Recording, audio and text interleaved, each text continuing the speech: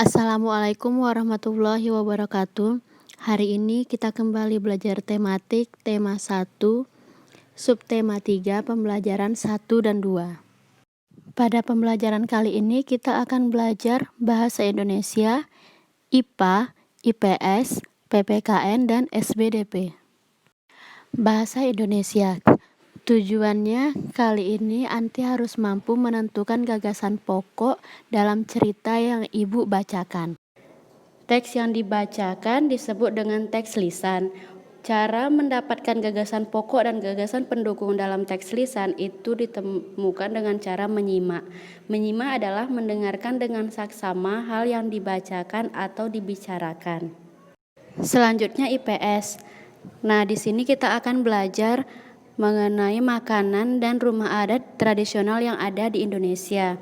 Makanan tradisional itu berbeda-beda di setiap daerah dan cara membuatnya juga berbeda-beda, harus dibuat dengan orang yang ahli. Berikut Ibu sajikan beberapa contoh makanan tradisional yang ada di Indonesia. Yang pertama, nasi timbal dari Jawa Barat. Nasi yang dibungkus dengan daun pisang menggunakan beras bagultut, yaitu beras merah campuran, terdiri atas nasi, ikan goreng, tempe, terasi, dan lalapan. Yang kedua, nasi jinggo dari Bali. Nasi pulen yang dibungkus daun pisang dengan porsi yang kecil, dilengkapi dengan mie goreng dan suiran ayam pedas. Yang ketiga, papeda dari Papua. Papeda terbuat dari bubur sagu, memiliki rasa tawar dan disajikan dengan tongkol atau mubara kuah kuning. Yang keempat, bubur Manado dari Sulawesi Utara. Bubur putih yang berisi campuran jagung manis, labu, kangkung, bayam, dan kaldu ayam. Disajikan dengan suiran ikan cakalang goreng. Ada sega jamblang dari Cirebon, Jawa Barat, nasi pecel dari Madiun, Jawa Timur, lontong sayur dari Jawa Barat, di Jakarta juga ada, nasi krawu dari Gresik, nasi gudeg dari Yogyakarta. Ibu sajikan beberapa makanan khas tradisional yang terkenal di Indonesia.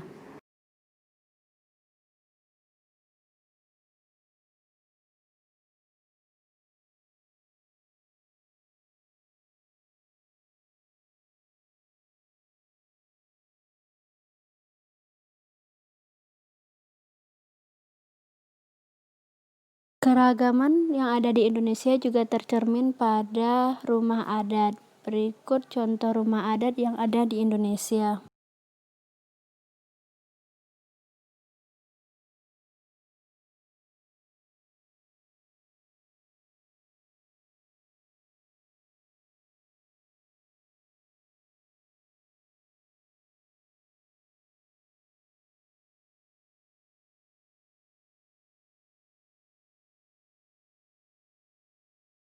Pemantulan dan penyerapan bunyi. Bunyi dapat dipantulkan jika mengenai benda keras. Contoh benda-benda yang dapat memantulkan bunyi adalah kaca, dinding, dan logam. Selain dapat dipantulkan, bunyi juga dapat diserap. Bunyi dapat diserap jika mengenai benda lunak. Contohnya karpet, karet, busa, dan kertas. Kerjasama dalam diskusi. Diskusi adalah pertemuan beberapa orang untuk saling bertukar pendapat mengenai suatu hal.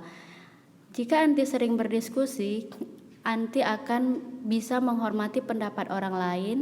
Setiap pendapat memiliki kelebihan dan kekurangan, dan saling menghormati perbedaan pendapat. Manfaat saling menghormati pendapat dalam berdiskusi yaitu terciptanya kerukunan dan kebersamaan, menambah pengetahuan, permasalahan lebih mudah diselesaikan, kita akan dihormati orang lain dan menghasilkan kesimpulan. Selanjutnya SBDP, menari dengan iringan alat musik. Faktor pendukung tari adalah lagu dan alat musik. Lagu biasanya diiringi dengan alat musik tradisional.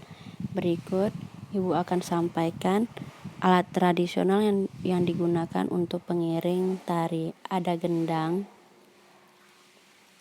tamborin, marakas, juga ada gamelan.